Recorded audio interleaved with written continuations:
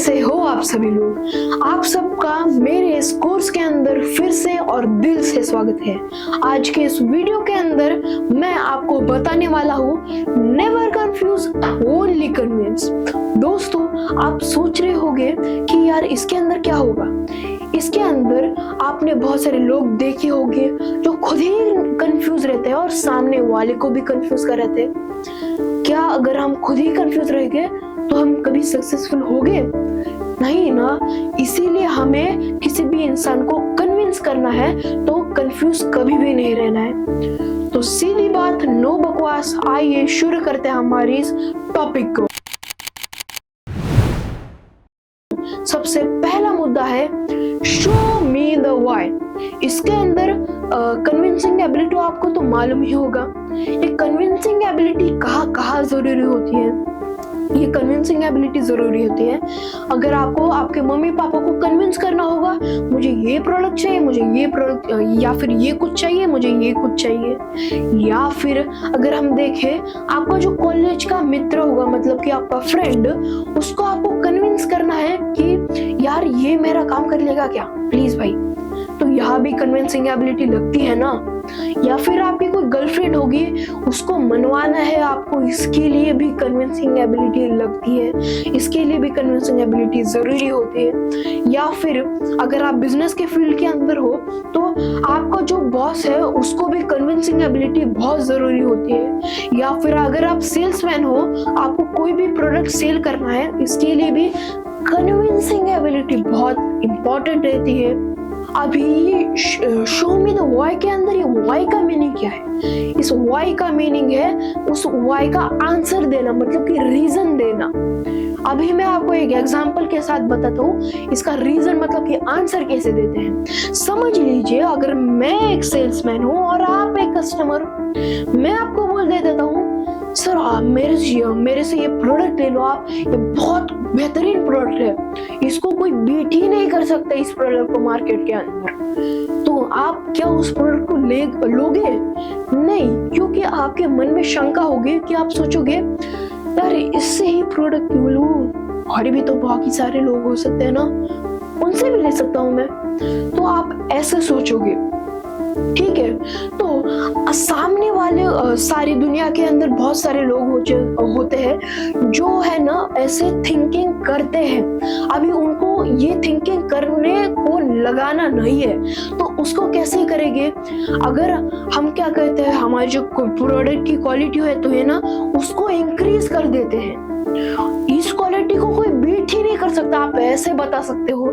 या फिर प्राइसिंग, आपकी क्वालिटी के साथ प्राइसिंग इतनी बेहतरीन है कि मैच कोई भी नहीं कर सकता मार्केट के अंदर आपका ये प्रोडक्ट, ठीक है। तो आप ये ऐसे बता सकते हैं। या फिर आफ्टर सेल सर्विस आपकी इतनी बेहतरीन है कि उसको कोई बीट ही नहीं कर सकता। मतलब कि आफ्टर सेल सर्विस बहुत सारी कंपनीज क्या करती है कि आफ्टर सेल सर्विस प्रोडक्ट बेच दिया, उसके बाद थोड़ी सी कुछ भी कमियां है, मतलब कि कुछ प्रॉब्लम आ गई प्रोडक्ट के अंदर, तो वो है ना कंपनी उसके ऊपर ध्यान नहीं देती है। भगवान ना करे कि आपके साथ, आपके प्रोडक्ट के साथ कभी ऐसा हो, आपके महंगों के प्रोडक्ट के साथ। लेकिन अगर वो सारी कंपनीज है ना, वो ध्यान ही नहीं देती है, लेकिन आप कस्टमर को बताते हो कि सर हम है ना आफ्टर सेल सर्विस बहुत अच्छे से ध्यान रखते हैं उस प्रोडक्ट का, और उसके अंदर है ना थर्ड पार्टी स्टोरीज भी आप बता सकते हो। कि जैसे कि हो गया कि आपने दूसरे किसी भी इंसान को आपका प्रोडक्ट बेच दिया है और आप बोलते हो सर हमारे प्रोडक्ट की कहानी और कस्टमर की जुबानी, ये है ना, आप ऐसे शायरिया भी दे सकते हो, ठीक है। तो ये हो गए हम कहाँ पे ये हम एबिलिटीज कहाँ पे यूज कर सकते हैं, ये मैंने बता दिया व्हाई का मीनिंग। अभी दोस्तों आप सोच रहे होंगे यार ये व्हाई तो इम्पोर्टेंट है क्या? नहीं, हाँ ये व्हाई बहुत इंपॉर्टेंट है सारी फील्ड्स के अंदर। इसीलिए व्हाई जब आप क्लियर करते हो किसी भी कस्टमर का, तभी आपका जो प्रोडक्ट है वो सेल हो पाएगा और किसी भी इंसान को आप कन्विंस कर पाओगे। अभी बढ़ते हैं हमारे अगले और अच्छे मुद्दे के ऊपर। दोस्तों, ये जो मुद्दा है, ये जो 6 प्रिंसिपल्स है, ये एक महान साइंटिस्ट थे, उन्होंने है ना ये 6 प्रिंसिपल्स क्रिएट किए थे। अगर आप इन 6 प्रिंसिपल्स को जानते हो, पहचानते हो और उसके बाद इम्प्लीमेंट करते हो, तब आपको कोई भी सक्सेसफुल बनने से रोक ही नहीं सकता। तो चलिए बढ़ते हैं हम इन 6 प्रिंसिपल्स के ऊपर। सबसे पहले 3 प्रिंसिपल्स। सार। आप सोच रहे होंगे यार ये सार मतलब टीचर तो नहीं ना? नहीं, ये सार मतलब टीचर नहीं है, ये सार हमारा सार है। ये है ना 6 प्रिंसिपल्स का सार है। ऐसे आता है स्कैरसिटी। दोस्तों, आप सोच रहे होंगे यार ये स्कैरसिटी मतलब क्या? अभी स्कैरसिटी का मतलब है, मैं आपको 2 एग्जांपल बताता हूँ। सबसे पहला एग्जांपल एक टमाटर का एग्जांपल है। समझ लीजिए, अगर टमाटर की प्राइस बहुत कम होगी और उसकी क्वांटिटी बहुत ज्यादा होगी तो स्कैरसिटी बिल्ड नहीं होती है टमाटर की। उसी के विपरीत अगर हम देखें, अगर टमाटर की प्राइस बहुत ज्यादा बढ़ गई और क्वांटिटी बहुत ज्यादा कम होगी तो उसकी स्कैरसिटी बहुत ज्यादा हो जाती है। क्यों? क्योंकि उस चीज की कमी है भैया, कमी है उस चीज की।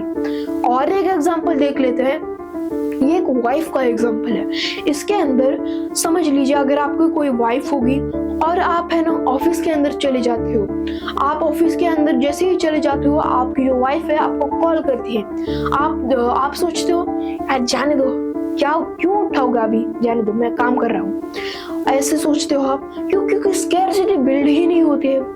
उसी के विपरीत अगर हम देखें, अगर आपकी वाइफ आपको डिवोर्स देके चली जाते हैं, भगवान ना करे कि कभी ऐसा हो, लेकिन समझ लीजिए अगर आपकी वाइफ आपको डिवोर्स देके चली भी जाती है और वो किसी भी लड़के के साथ मूवी देखने चले जाते हैं और वो आपको कॉल करती है और आप ऑफिस में होते हैं, इंपॉर्टेंट वर्क करते होते हो, तब आप आपकी वाइफ का कॉल उठाओगे ना? क्यों? क्योंकि उसका है ना एक स्कैरसिटी बिल्ड हो चुकी है। इसीलिए स्कैरसिटी किसी भी प्रोडक्ट को सेल करने के लिए या फिर किसी भी इंसान को कन्विंस करने के लिए बहुत ज्यादा इंपॉर्टेंट रहती है। उसके बाद अथॉरिटी। आप सोच रहे होंगे यार अथॉरिटी का मतलब क्या? अथॉरिटी का मतलब सीधा साधा मतलब है किंग। इसका मतलब आपको एक एग्जांपल से बताता हूँ। अगर आप सोच लीजिए, एप्पल एक कंपनी है, उसका एक न्यूली लॉन्च फोन है, जैसे कि 16 प्रो मैक्स, ये जो न्यूली लॉन्च फोन है ना, उसी का प्राइस रेंज में आने वाले लोकल फोन ले लो आप किसको चुनोगे? एप्पल को ही ना। क्यों? क्योंकि एप्पल की एक अथॉरिटी है, उसका एक ब्रांड नेम है और उसकी क्वालिटी अच्छी है, वो अच्छा है, वो उसका एक अथॉरिटी बिल्ड हो चुकी है। इसीलिए अथॉरिटी बिल्ड करना आपको बहुत बहुत फायदेमंद हो सकता है किसी भी फील्ड के अंदर कन्विंस करने के लिए किसी भी इंसान को। बढ़ते हमारे अगले प्रिंसिपल के ऊपर। हमारा जो अगला प्रिंसिपल है वो है सार, आर, रेसिप्रोसिटी। आप सोच रहे हो यार ये रेसिप्रोसिटी का मतलब क्या होगा? इस रेसिप्रोसिटी का मतलब मैं आपको एक एग्जांपल से बताता हूँ। Barter system. आपको बार्टर सिस्टम तो मालूम होगा, जिस सिस्टम के अंदर एक इंसान है ना दूसरे के इंसान के बदले में कुछ चीजें एक्सचेंज करता था। ये क्या एक्सचेंज करता था? गेहूं के बदले आटा या फिर किसी भी अनाज के बदले में दूसरा अनाज वो एक्सचेंज कर लेते थे। अभी अगर गेहूं देने वाला बंदा गेहूं दे रहा है और जो राइस देने वाला इंसान है ना वो राइस नहीं दे रहा है, तो क्या यहाँ पे रेसिप्रोसिटी अमल में आएगी? नहीं। जब दोनों का कनेक्शन हो जाता है, दोनों के प्रोडक्ट्स के बीच में एक्सचेंजिंग हो जाती है, तभी ये रेसिप्रोसिटी अमल में आती है। अभी ये तो हो गया पुराना जमाना। अभी बढ़ते हमारे अगले और नए जमाने के ऊपर, इस जमाने के ऊपर। जैसे हम देखते हैं तो सेल्समैन है, आपको सेल्समैन तो मालूम होगा। वो सेल्समैन आपको एक प्रोडक्ट दे देता है, मतलब उसकी प्रोडक्ट की सर्विसेज, और उसी के बदले में आप उसको पैसे दे देते हो। ठीक है, तो यहाँ पे क्या हुआ? सामान का लेन देन हुआ। मतलब कि जैसे ही सामान का लेन देन होता है तभी रेसिप्रोसिटी अमल में आती है, तभी इंसान है ना कन्विंस हो जाता है। इसीलिए रेसिप्रोसिटी भी इंपॉर्टेंट होती है कन्विंसिंग के अंदर। अभी बढ़ते हमारे एसएससी के ऊपर। आप सोच रहे होंगे यार एसएससी तो 10th का एसएससी होना चाहिए ना। नहीं, ये 10th का एसएससी नहीं है, ये वाला एसएससी। इसके अंदर क्या होता है कि एस से आता है सिंपैथी। सिंपैथी के अंदर मैं आपको एक एग्जांपल बताता हूँ, बहुत इंटरेस्टिंग एग्जांपल है, ध्यान से सुनिएगा। इस एग्जांपल में क्या होता है, एक बॉस होता है और एक एम्प्लॉय। बॉस बहुत खड़ूस होता है भैया। वो क्या करता है, एम्प्लॉय जब भी लीव सैंक्शन लेके आता है ना, वो बॉस कहता है नहीं मैं लीव सैंक्शन पे सिग्नेचर नहीं करूंगा, इधर इतना सारा काम पेंडिंग है, उसको पहले करो, बाद में देखूंगा मैं करूंगा या फिर नहीं। तो ये इतना ज्यादा बॉस खड़ूस था। और बॉस के घर पे क्या हुआ कि उसके कुछ रिलेटिव्स है एक्सपायर हो गए, ठीक है, कुछ गलत हुआ, उसके घर में चोरी हो गई, ऐसे कुछ तो गलत हुआ। और आपको ये चीज पता लग जाती है, आपको एक आइडिया मिलता है आपको लीव सैंक्शन कैसे मिलेगी। आप जाते हो कैबिनेट के अंदर, आप बोलते हो सर बहुत बुरा हुआ आपके साथ, ऐसा होना नहीं चाहिए था। जब आप ऐसे सिंपैथी दिखाते हो तो सामने वाला बंदा है ना, क्या होता है, पिघल जाता है। वो उस प्रोडक्ट लेने के लिए या फिर कन्विंस होने के लिए पिघल जाता है, मतलब वो कन्विंस हो जाता है उस टाइम पे। अभी ये एम्प्लॉय है ना, उसके लीव सैंक्शन पे सिग्नेचर ले लेता है और अपनी छुट्टी कंफर्म कर लेता है। अभी ऐसे यूज कर सकते हो आप सिंपैथी। तो सिंपैथी भी बहुत इंपॉर्टेंट रहती है कन्विंसिंग एबिलिटीज के अंदर। और इस प्रिंसिपल का एस से क्या आता है, दूसरा एस है हमारा सोशल प्रूफ। आप सोच रहे होंगे ये सोशल प्रूफ मतलब क्या। इस सोशल प्रूफ का मतलब है, अगर समझ लीजिए कोई भी नेता, छोटा नेता कहता है मेरे प्यारे दोस्तों, और उसी के विपरीत अगर हमारी जो मोदी जी है वो कहते हैं मेरे प्यारे दोस्तों, आप किसका सुनोगे, मोदी जी का ही ना। क्यों, क्योंकि मोदी जी सोशली प्रूफ हो चुके हैं। उसी के विपरीत और एक एग्जांपल देख लेते हैं भैया। इस एग्जांपल के अंदर मैं आपको बताना चाहता हूँ कि अगर आपके लेफ्ट साइड के अंदर, पेट के अंदर बहुत दर्द हो रहा है, आप आपके फ्रेंड को कॉल करते हो, आप पूछते हो भाई मेरे पेट के अंदर बहुत दर्द हो रहे हैं, मैं क्या कर सकता हूँ।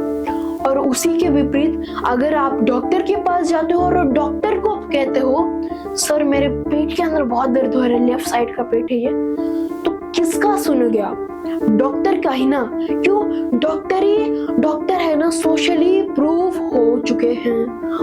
क्यों, इसीलिए सोशल प्रूफ भी बनाना किसी भी फील्ड के अंदर बहुत इंपॉर्टेंट है, किसी भी इंसान को कन्विंस करने के लिए। आइए और एक एग्जांपल देख लेते हैं। इस एग्जांपल के अंदर मैं आपको बताना चाहता हूँ, ये लॉयर के एग्जांपल है। अगर आपके घर के अंदर कुछ लीगल प्रॉब्लम्स चल रही होगी, आप आपके फोन या फिर आप आपके मित्र या फिर मतलब फ्रेंड को कॉल करते हो या फिर आपके भाई को कॉल कर लेते हो, आप बोलते हो यार मेरे घर के अंदर है ना बहुत सारी लीगल प्रॉब्लम चल रही है, मैं क्या कर सकता हूँ। और उसी के विपरीत अगर आप लॉयर के पास जाते हो और आप पूछते हो सर मेरे घर के अंदर है ना बहुत सारे लीगल प्रॉब्लम चल रही है, मैं क्या कर सकता हूँ, मैं बहुत डिप्रेस फील कर रहा हूँ, और तो आप किसका सुनेंगे, लॉयर का ही ना। क्यों, क्योंकि लॉयर सोशली प्रूफ हो चुके हैं। इसीलिए सोशल प्रूफ बनाना बहुत ही इंपॉर्टेंट है किसी भी फील्ड के अंदर, किसी भी इंसान को कन्विंस करने के लिए। लास्ट सी का मतलब है कंपैरिजन। आप सोच रहे होंगे यार ये कंपैरिजन का मतलब क्या हुआ। कंपैरिजन का सीधा साधा मतलब है किसी भी दो चीज के अंदर कंपैरिजन करना। मैं आपको दो एग्जांपल बताऊंगा। सबसे पहला एग्जांपल, एक क्रिकेट एकेडमी थी, उसके अंदर कुछ दो सिलेक्टर आए थे, उनको है ना एक टीम बनानी थी। उन्होंने लगभग टीम बना ली थी, लेकिन बस एक प्लेयर कम बच रहा था।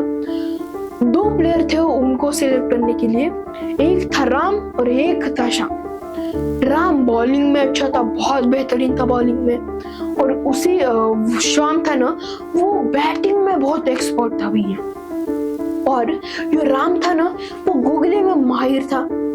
और जो श्याम था वो कवर ड्राइव या फिर क्लासिकल शॉट्स है ना उनमें बहुत अच्छा था।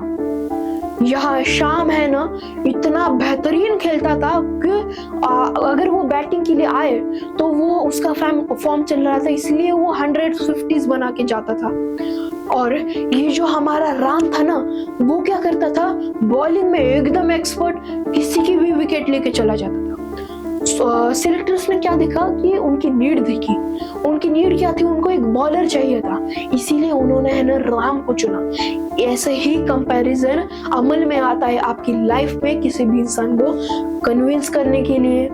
और एक एग्जांपल ले लेते हैं, इसके अंदर क्या है, एक विंडोज का पीसी ले लेते हैं, वो 50,000 का अराउंड होगा।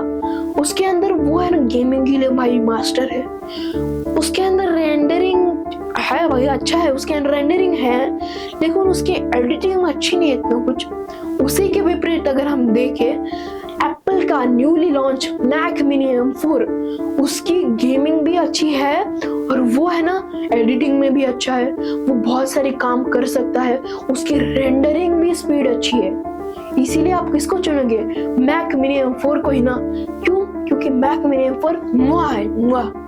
इसीलिए आपको है ना कंपैरिजन करना बहुत इम्पोर्टेंट है किसी भी इंसान को कन्विंस करने के लिए। दोस्तों, अगर आप मेरी इस वीडियो इधर तक बने रहे हो, आपने मेरी इस वीडियो को देखा है, इधर तक देखा है, आपका बहुत बहुत धन्यवाद करता हूँ।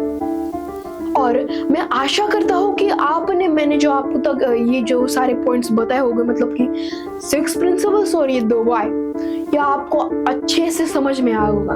अगर समझ में ना भी आया हो तो आपको समझा के लेना पड़ेगा। क्यों? क्योंकि अगर आप इन चीजों को समझा के लोगे तभी आप सक्सेसफुल बन पाओगे आपकी लाइफ के अंदर, और आपको सक्सेसफुल बनने से कोई रोक ही नहीं पाएगा। आप सब लोगों का मैं मेरे इस हृदय की गहराई से प्रेम पूर्वक हार्दिक धन्यवाद करता हूँ।